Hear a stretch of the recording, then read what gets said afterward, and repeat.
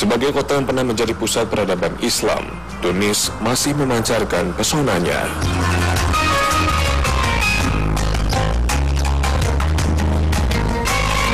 Penduduknya yang ramah dan terpelajar merupakan warisan dari kebesaran peradaban dan ilmu pengetahuan yang tumbuh dan berkembang di negeri ini.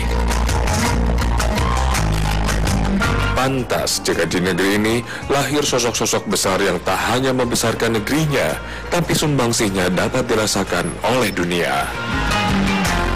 Seorang di antaranya adalah Ibnu Khaldun.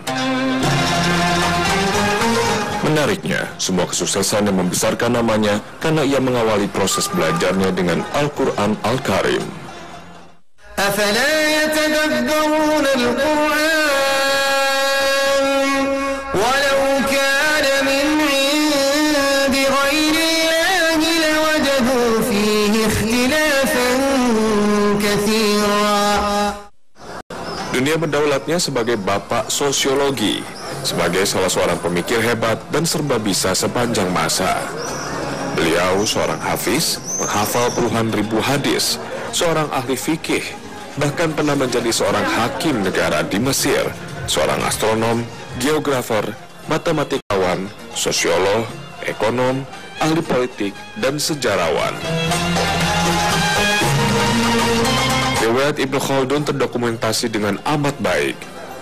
Karena sebagai sejarawan, dia juga menulis autobiografi atau Arif bi Ibnu Khaldun Warilatuhu Khorban wa Syarqon, atau biografi Ibnu Khaldun dan petualangannya ke barat dan timur.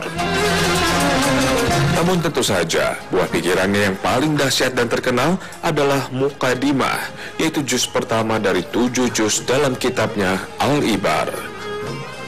Kitab Muqaddimah dipandang dunia sebagai karya terbesar dalam filsafat sejarah yang pernah dibuat pikiran manusia sepanjang masa. Orang Barat memujinya sebagai pemikir cemerlang yang tak bisa dilampaui siapapun. Bahkan Plato dan Aristoteles yang dipuja di Barat tak pernah mencapai jenjang yang dicapai Ibnu Khaldun.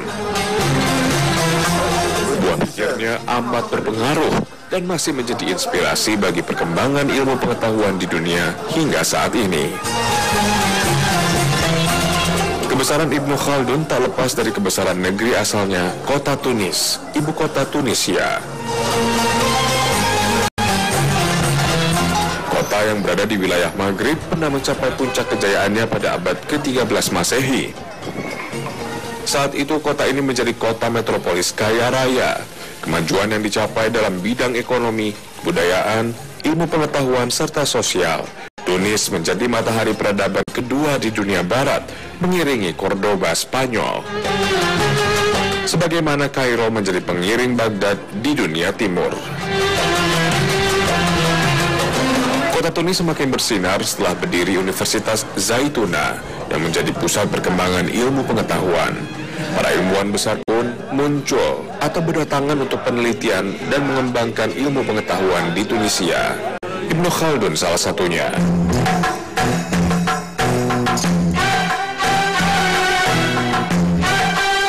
Kebesaran Ibnu Khaldun inilah yang menjadikan pemerintah Tunisia mengabadikan namanya, akan membuatkan sebuah patung besar di jantung kota Tunisia. Aku cukup tertarik dengan lokasi patung besar Ibnu Khaldun di Jalan Habib Bourguiba, jalan utama yang menjadi denyut nadi kota Tunis. Kawasan yang menjadi saksi akan runtuhnya penguasa Ben Ali beberapa tahun lalu, sekaligus menginspirasi meletusnya revolusi hampir di seluruh negara-negara Timur Tengah.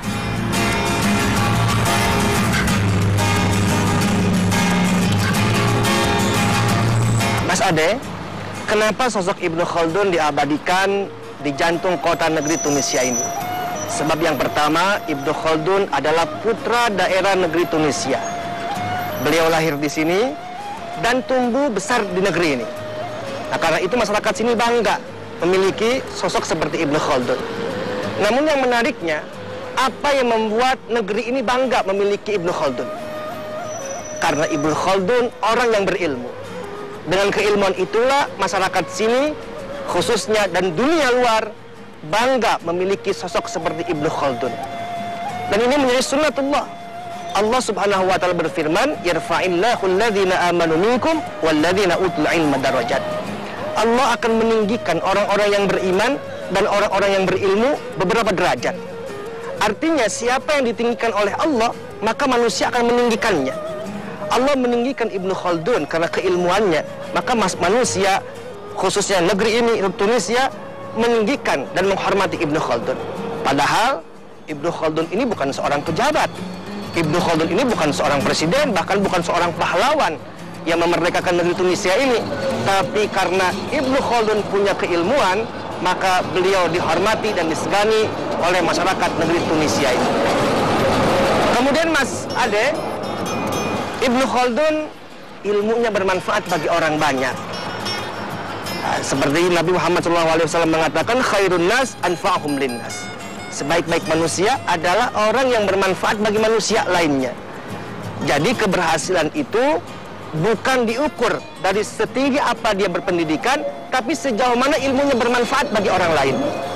Nah, biasanya Mang Ade, kita suka salah mengartikan kesuksesan dan arti keberhasilan. Kita melihat keberhasilan itu bagaimana kita menyekolahkan anak-anak kita di perguruan tinggi, setelah selesai hidupnya mapan, dia punya rumah sendiri, punya pekerjaan sendiri. Kadang kita melihat anak itu sudah sukses. Padahal dalam Islam, kesuksesan itu dilihat ketika ilmunya bermanfaat bagi orang banyak. Kita melihat para imam-imam besar seperti Imam Syafi'i, Imam Malik, Imam lain, termasuk Imam Ibnu Khaldun ini. Imam Ibnu Khaldun ini disebut sukses dan dibanggakan oleh masyarakat luas karena ilmunya bermanfaat bagi orang banyak. Jadi selama ilmu kita belum memberikan kebaikan yang banyak bagi orang lain, kita belum disebut dengan orang yang sukses.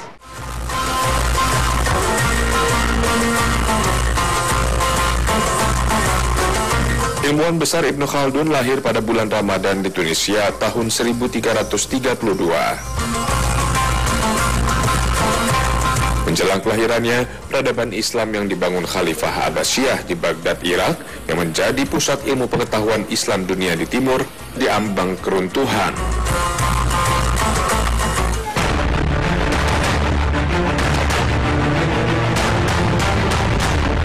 Saat itu, kota pusat kekhalifahan Islam ini tengah menghadapi serangan brutal dari Mongol. Baghdad dihancurkan dan dibakar.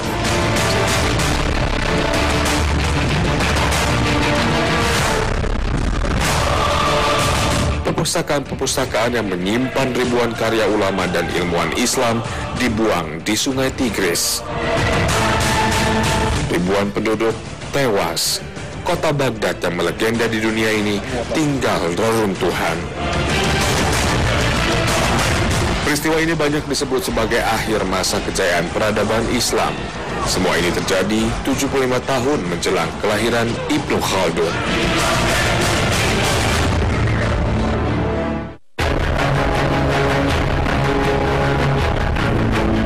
Sementara di barat, peradaban Islam yang dibangun kaum muslimin di Andalusia, Spanyol, dihancurkan dan direbut kerajaan Spanyol. Penduduk muslim diintimidasi, disiksa, dan diusir dari Spanyol.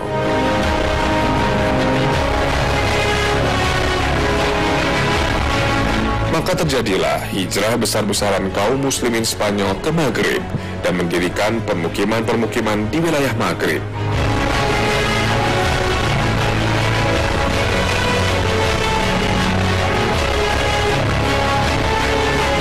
Banyak para ilmuwan muslim Andalusia yang kemudian pindah ke Tunisia dan mengembangkan ilmu pengetahuan di Tunisia.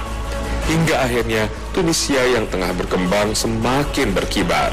Ilmu pengetahuan semakin bersinar.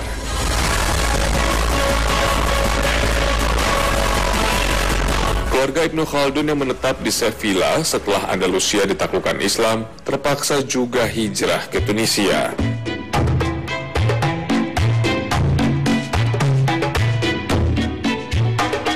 Inilah kondisi dunia Islam yang melatari kelahiran Ibnu Khaldun.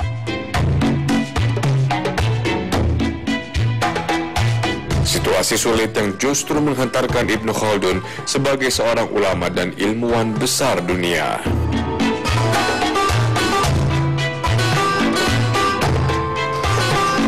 Itu Itu sebabnya hingga kini di beberapa lokasi di Tunisia masih ada beberapa permukiman Muslim Andalusia, permukiman yang bangunan-bangunannya khas Andalusia. Daerah Sidi Bou Said salah satunya.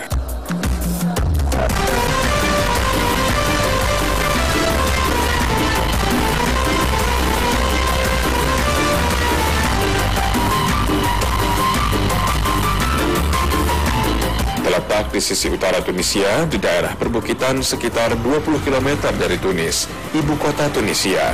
Sidi Bou Said hanya sebuah kota kecil, bahkan tak sedikit yang menyebutnya sebagai sebuah desa. Bangunan-bangunannya berbentuk khas Andalusia.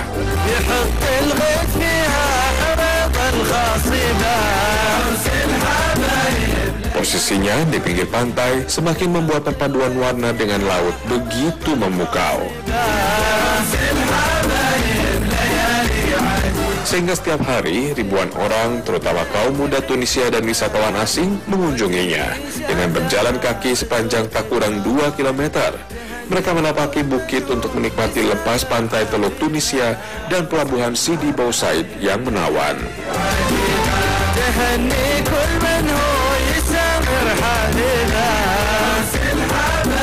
Kang, ini subhanallah banget nih kan. Lokasi di sini memang terlihatan indah dan cantik kan. Ya. Tapi kan jika saya lihat gitu dari struktur bangunannya, dari arsitekturnya dan dari jalanan-jalanan yang ada di sini, ini kelihatannya asalnya dari Spanyol, dari Andalusia kan. Nah, tadi juga saya sempat keliling di daerah sini kan. Itu kelihatan turis-turis asing, turis-turis mancanegara, turis-turis lokal itu ada di sini kan mengunjungi tempat ini. Artinya ini menjadi tempat favorit bagi wisatawan. Bahkan kan katanya seorang artis Hollywood saja ada yang punya tempat di sini kan. Ya Mas Ade, ini memang khas Andalusia Spanyol. Dan ini hasil karya orang-orang yang pindah dari kampung halamannya. Karena memang pada saat itu, kaum muslimin di Andalusia Spanyol mendapatkan tekanan dari kaum Nasrani. Bahkan wilayahnya direbut oleh pasukan Nasrani. Sehingga mereka pindah ke wilayah Maghrib. Nah, salah satunya adalah Tunisia. Dan Tunisia ini wilayah dunia Islam yang paling dekat dari Andalusia. Karena itu kita lihat arsitektur, ya, gaya warnanya, catnya ini seperti di Andalusia. Ada bunga yang nempel di tembok, itu khas Andalusia. Dan orang-orang Andalusia pindah ke Tunisia ini bukan orang-orang biasa. Itu orang-orang cendekiawan, orang-orang yang pintar, orang-orang yang hebat, orang-orang yang berilmu, termasuk keluarga Ibnu Khaldun. Nah, nanti mereka-mereka inilah yang akan ikut terlibat di dalam membangun peradaban dan keilmuan Islam. Karena memang Mas Ade, biasanya orang-orang yang pindah itu punya semangat yang tinggi, punya tekad yang kuat untuk berusaha. Karena dia harus menyambung hidupnya. Dan orang-orang yang pindah itu dia punya pengalaman dari sebelumnya. Dia bisa menakar nih, mana celah yang baik, mana celah yang kurang baik, sehingga dia menuju sesuatu yang lebih baik. Kalau kita lihat Mas Ade, Amerika Serikat itu menjadi negara yang maju, negara yang adidaya, negara yang superpower. Itu siapa yang mendirikan? Siapa yang membangun? Itu para perantau, para pendatang. Karena orang perantau itu ingin mendapatkan kehidupan yang lebih baik. Sebagai contoh, Nabi Muhammad SAW ketika berdakwah di kota Mekah, itu dakwahnya ditolak oleh kafir Quraisy. Dakwahnya hampir tidak optimal. Tapi ketika beliau pindah ke kota Madinah, beliau bisa menghijaukan dengan cahaya Islam. Artinya apa? Artinya perpindahan ini bisa mempengaruhi kehidupan seseorang menuju yang lebih baik. Safir tajid iwadan amma tufarikuhu. Berpindahlah engkau, maka engkau akan mendapatkan ganti dari apa yang kau tinggalkan. Nah, karena itu, siapa yang pindah mencari kebaikan dari satu lokasi ke lokasi lainnya, maka dia akan mendapatkan kebaikan dari Allah Subhanahu wa Ta'ala, dan itulah disebut dengan bagian makna hijrah. Tapi bukan berarti kita berpindah dari satu tempat karena lingkungannya nggak bisa maksiat. Di perumahan saya nggak bisa untuk mencuri nih, nggak bisa untuk kita nipu orang, akhirnya pindah ke tempat lain agar bisa mudah menipu orang lain. Itu bukan disebut dengan hakikat atau makna hijrah. Jadi hijrah itu, berpindah itu ketika kita mengalami di kampung kita susah untuk bekerja, kemudian kita punya permasalahan di kampung kita, maka berpindahlah. Allah akan memberikan kepada kita jaminan. Wa may yuhajir fi sabilillah yajid fil ardi muragaman katsiran wasa'a. Siapa yang berpindah karena Allah Subhanahu wa taala, maka dia akan mendapatkan tanah yang luas, usaha yang mudah, dan rezeki yang dipermudah oleh Allah Subhanahu wa taala. Nah, mudah-mudahan kita bisa berpindah, Mas Ade nih, dari sifat, dari tempat yang kurang baik menuju tempat dan sifat yang lebih baik.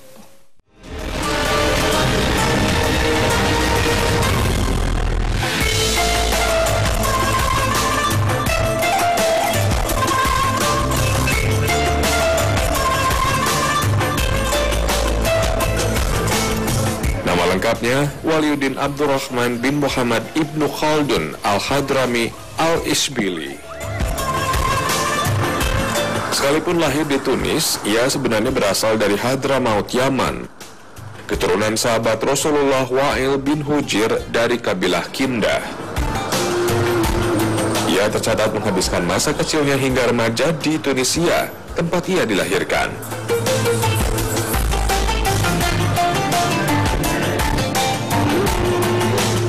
Berkat didikan ayahnya yang mencintai ilmu, Ibnu Khaldun belajar dengan para ulama dan ilmuwan di Tunisia, bahkan kepada para ilmuwan muslim yang hijrah ke Tunis dari Andalusia.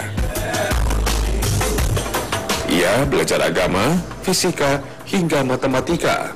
Sehingga di usia dini, Ibnu Khaldun sudah menguasai berbagai macam bidang ilmu klasik, filsafat, tasawuf, dan metafisika. Bahkan ilmu politik, sejarah, ekonomi, serta geografi. Di bidang hukum, ia menguasai fikih mazhab Maliki. Bahkan di usianya yang masih muda, sudah terbiasa menghadapi intrik politik dan terlibat langsung dalam politik dinasti-dinasti yang muncul setelah terpecahnya Khalifah Abbasiyah.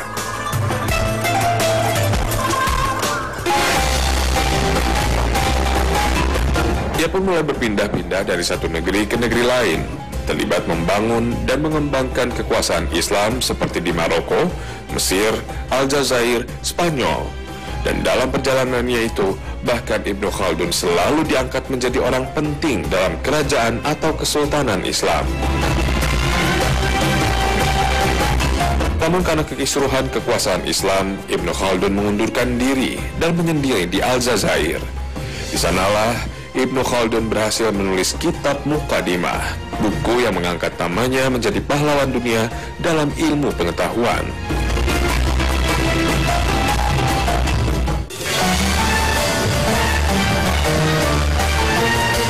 Sekitar 20 tahun, Ibnu Khaldun tumbuh dan berkembang di tanah kelahirannya di kota Tunis. Ibnu Khaldun menjadi kebanggaan Tunisia. Namun begitu, menelusuri jejaknya di tanah kelahirannya tak mudah didapatkan petunjuk. Karena dalam perjalanan hidupnya, Ibnu Khaldun tak lama menetap di satu tempat. Ia selalu berpindah-pindah dari satu lokasi ke lokasi lain. Namun di kota lama Tunis, di sekitar Masjid Zaituna, lokasi yang dulu menjadi pusat ilmu pengetahuan Islam sekaligus yang membesarkan Ibnu Khaldun, aku menemukan sebuah rumah yang dulu menjadi tempat tinggal Ibnu Khaldun. Dan tak jauh dari tempat kelahirannya, sebuah masjid kecil menjadi tempat bersejarah yang mengawali kebesaran seorang Ibnu Khaldun. Disinilah Ibnu Khaldun mengawali belajarnya, bukan ilmu fisika, matematika, atau yang lainnya, tapi ia mengawali kebesarannya dari belajar Al-Quran dan agama. Kang, ternyata Masjid Al-Quba ini sangat kecil ya, Kang? Ya. Namun siapa sangka seorang Ibnu Khaldun dahulunya masa kecilnya belajar Al-Quran di masjid ini. Jika dilihat dari lokasinya, masjid ini memang berada di tengah-tengah kota tua dan kurang lebih jarak dari Masjid Al-Zaituna itu 250 meter, Kang. Mas Ade, Ibnu Khaldun ini adalah tipe orang yang tidak pernah berhenti belajar selama hidupnya. Setelah beliau menguasai Al-Quranul Karim, dia menguasai cabang-cabang keilmuan lain, seperti ilmu syariah, ilmu usuluddin, dan bahkan ilmu umum. Dia kuasai matematika, geografi, dan ilmu perbintangan. Tapi pada umur 17 tahun, pendidikannya sempat terhenti karena terjadi wabah melanda dan menyebabkan puluhan ribu orang meninggal dunia. Dan subhanallah, Allah masih mentakdirkan Ibnu Khaldun masih hidup. Di kondisi yang seperti ini, saat guru-gurunya meninggalkan beliau, Ibnu Khaldun tidak berhenti dalam belajar. Tapi Ibnu Khaldun mempraktekkan pembelajaran di kehidupan sehari-hari. Dan beliau terlibat dalam pemerintahan-pemerintahan di setiap kekhilafahan Islam di dunia ini. Karena itu tidak ada fase kosong bagi Ibnu Khaldun. Karena Nabi SAW pernah menyampaikan, utlubil ilma minal mahdi ilal lahdi. Carilah ilmu mulai dari lahir sampai masuk ke liang kubur. Artinya orang itu sebelum masuk ke liang kubur masih dituntut untuk belajar. Karena itu kita diperintahkan oleh Nabi Muhammad SAW agar kita meninggal dalam keadaan husnul khatimah dan meninggalkan dunia ini masih dalam keadaan Islam. Itulah puncak kejayaan dan kesuksesan seseorang. Makanya Allah memberikan kepada kita amanah, wala tamutunna illa wa antum muslimun. Janganlah kita sekali-kali mati, melainkan mati dalam keadaan membawa iman dan Islam.